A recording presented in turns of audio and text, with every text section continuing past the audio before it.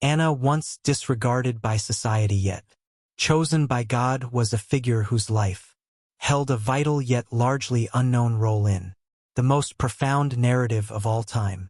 Her story, overshadowed for centuries and largely absent from the traditional Bible, appears in the apocryphal writings, particularly the Protoevangelium of James, a text unfamiliar to many today.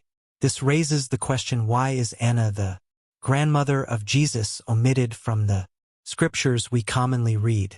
How could such an instrumental figure in God's plan remain hidden from canonical accounts? To unravel this mystery, we turn back to the formative years of early Christianity, when church leaders meticulously decided which texts would form the New Testament. The Protoevangelium of James, which details Anna's journey and the miraculous birth of Mary, was ultimately excluded as apocryphal. Despite its significance in early Christian circles, it was set aside, likely because its detailed focus did not align with the theological priorities of the time. Yet Anna's inspiring story of resilience and divine purpose was preserved in this ancient text, quietly waiting to be rediscovered. This amazing story begins with a surprising truth, one that very few know. Anna, the grandmother of Jesus, was a woman despised by men but chosen by God to be part of the greatest plan ever conceived, to give birth to the mother of the Messiah. In her time, Anna lived under a shadow of disdain and murmuring because she was barren. In that context, being barren meant more than just a simple difficulty in having children. It meant shame, rejection, and, worst of all, being considered abandoned by God. Imagine what it meant for a woman of her time to be barren. It was not just a personal tragedy but also a public shame. However, what made Anna's situation even more desperate was that she belonged to the royal lineage of David, the very lineage from which, according to prophecies, the Messiah would be born. Yet Anna could not conceive. Year after year, her womb remained empty and the whispers around her grew ever chriller. How could a barren woman be in the lineage that would give birth to the Son of God? To understand her struggle, we must grasp the spiritual and social context of Israel at that time. God's people under foreign dominion desperately sought a sign, a divine intervention. The prophecy spoke of the coming of the Messiah, a direct descendant of David who would free them. Every woman of that lineage bore the weight of that expectation, but few like Anna felt so closely the edge of despair. In Israel of that time, being barren was seen as a sign of divine rejection. This stigma was not unique to Anna but part of a culture that viewed fertility as a direct blessing from God and barrenness as a divine punishment. In those times, women like Anna did not have a place of honor. Their identity was intertwined with their ability to give birth, and if they could not, they were relegated to oblivion. However, God had other plans. Although men despised her, God had chosen her, and this is where the true revelation begins. While men saw her as an insignificant and forgotten woman, God was preparing her for a monumental mission. Anna, who had been discarded by society, would be chosen to bring into the world the mother of the Messiah. Isn't it amazing? God does not choose those whom the world exalts, but those willing to follow his plan even when everything seems lost. The story continues, illustrating Anna's life as she faces the trials of her faith, her eventual miracle, and her role in the divine plan that would ultimately bring salvation to humanity. Her faith, resilience, and undying hope are highlighted as a testament to how God often works in mysterious ways, choosing the humble and overlooked to fulfill his purpose. Anna was born into a noble family, a direct descendant of King David, in a time of great expectations for the people of Israel. From a young age, her life was surrounded by stories about the ancient promises made by God to her ancestors, especially the prophecy that From her lineage would come the Messiah, the Savior of the world. She grew up in a deeply spiritual environment with a strong sense of responsibility toward her faith and heritage in her household. The stories of the great King David were not just family tales but constant reminders of the weight that rested upon her family. One day someone from her lineage would bring salvation. As Anna grew, that responsibility intensified. Her education was not just religious but also cultural. As a descendant of David, young Anna was destined for great things. The society of her time saw her with hope and expectation. Her marriage would not simply be a union of love or convenience. For many it would be a step toward the fulfillment of divine promises. Her family and community saw her as a bearer of the promise, someone who might bring forth the Messiah. In her youth Anna met Joaquín, a man also of noble lineage and deep faith. Both shared the same spiritual heritage.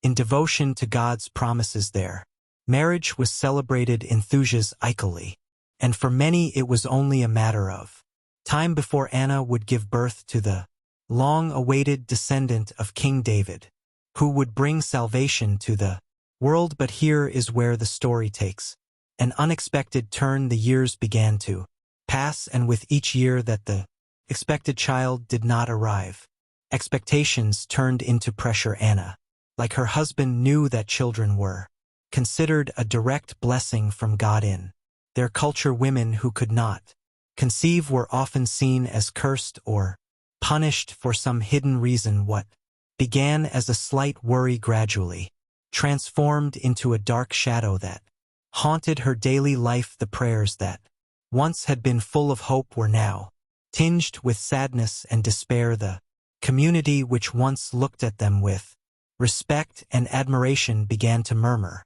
The sympathetic glances quickly turned into judgmental ones. If God has not given them children, perhaps there's something we don't know, some would say. Women would speak softly when Anna passed by, whispering questions about why God hadn't blessed her with motherhood.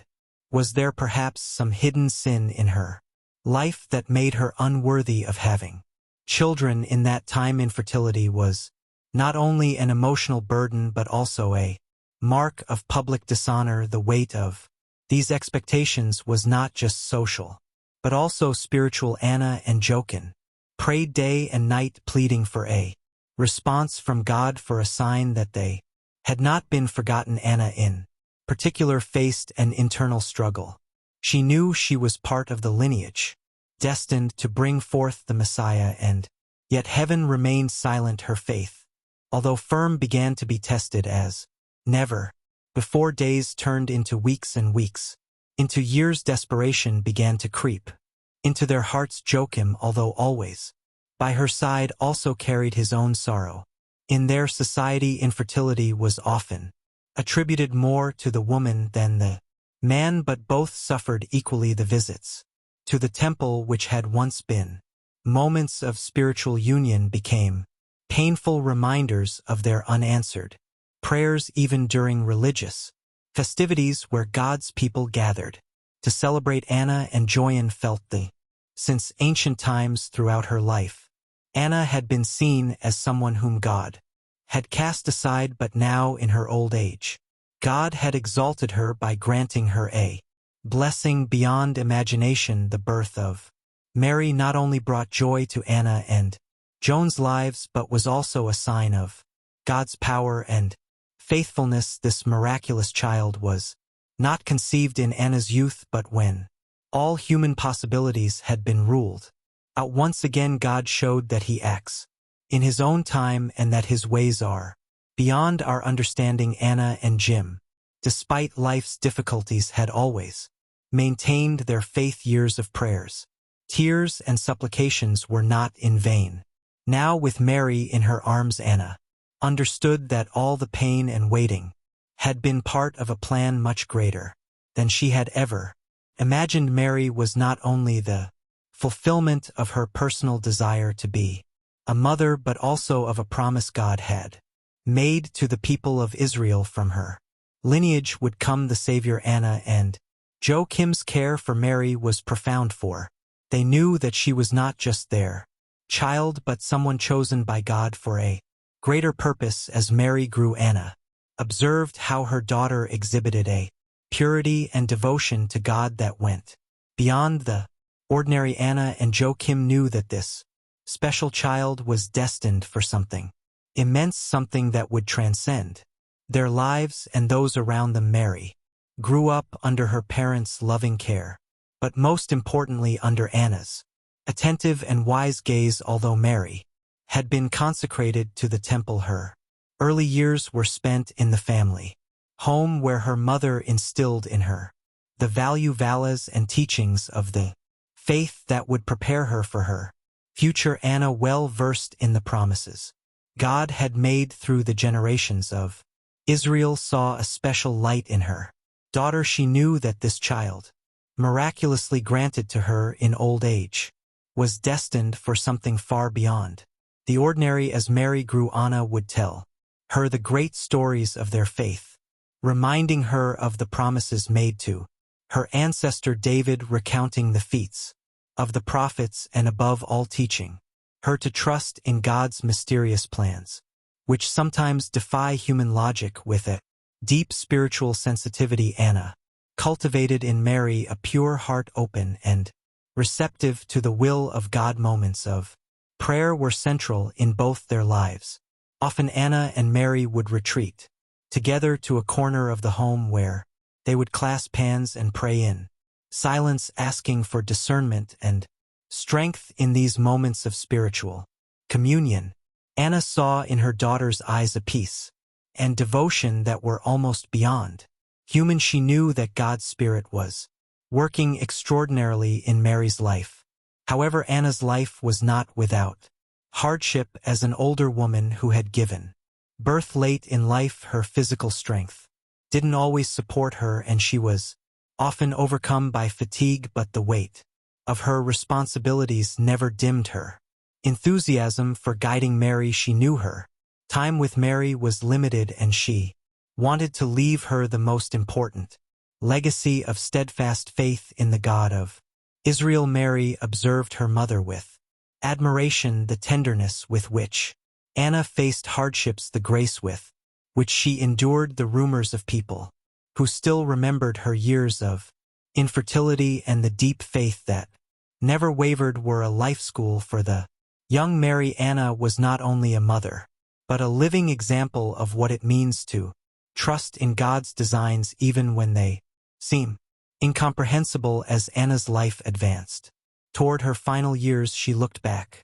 with a heart full of gratitude. The child she had given birth to in her old age, the very child conceived as a response to years of suffering and prayer, was now destined to bring the greatest gift to the world, Jesus, the Son of God. Anna had moved from the darkness of scorn to the light of divine grace, and her story remains an inspiration for all who keep the flame of faith alive amidst despair. Anna's life is a powerful reminder that God's timing is not ours, and that when everything seems lost, He is silently working, preparing the way for blessings greater than we can imagine. Sometimes God's plan reveals itself when we have already lost all hope, showing us that our struggles, though painful, are part of a divine purpose beyond our understanding. As the years went on, Anna saw in Maria maturity and wisdom that surpassed her young age. She knew that the years of prayer and spiritual preparation were bearing fruit. Although life in Nazareth was simple, the events taking shape in Mary's heart were destined to change the course of history. The time came when Mary was taken to the temple, fulfilling the promise Anna and Joaquín had made in their prayers, that if God granted them a child, they would dedicate that child to His service. Anna's heart was filled with a mixture of pride and sadness. She knew this was God's purpose for her daughter, but it was still painful to part from her. However, as she had done all her life, Anna trusted that God's plans were greater than her own desires and longings. This act of consecration reflected Anna's profound gratitude and devotion to God despite the sorrow of parting from her daughter Anna, understood that Mary was not just a gift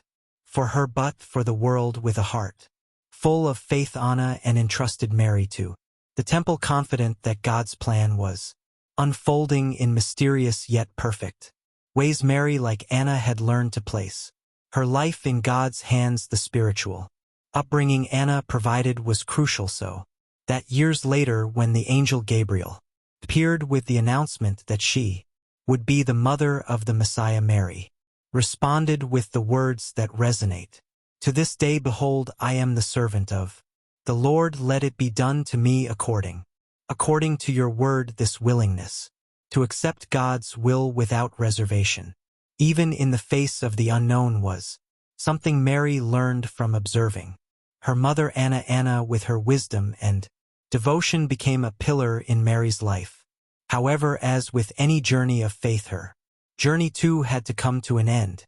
According to apocryphal accounts, Anna lived to see her daughter grow into a young woman filled with grace, but did not live to witness the events that would follow. She was not there when her grandson Jesus was born in Bethlehem, nor did she see the development of the Savior's ministry. Nevertheless, with the promise of a radiant future in her heart, Anna closed her eyes for the last time, leaving Mary in God's hands. Although Anna did not know Jesus in an earthly sense, her legacy continued through the teaching she imparted to Mary. The young woman, upon marrying Joseph, and embarked on a new stage in her life, one that would eventually lead her to become the mother of the Savior. It is said that Mary, in her interactions with Joseph, recalled the lessons Anna had taught her about faith, humility, and trust in God.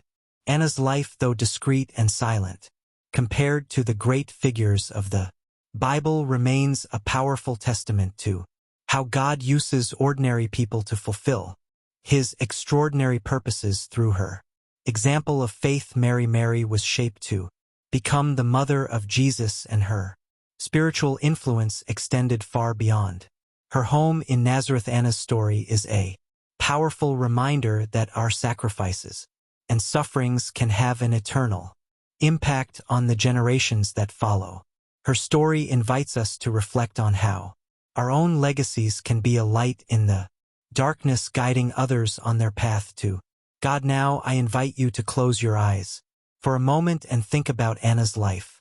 Let her story resonate in your heart, remembering that although the paths may be difficult and the suffering may seem endless, there is always a divine purpose in every experience. Oh, think about the promises God has for you. Remember that although we may not always understand God's plans, they are filled with love and purpose. So, with a deep spiritual connection and an echo of faith, we conclude our exploration of the life of Anna, the mother of Mary and grandmother of Jesus, the story of a woman whose love and dedication to God resonated through generations. If this story has touched your heart, I invite you to leave a comment below and share your experience.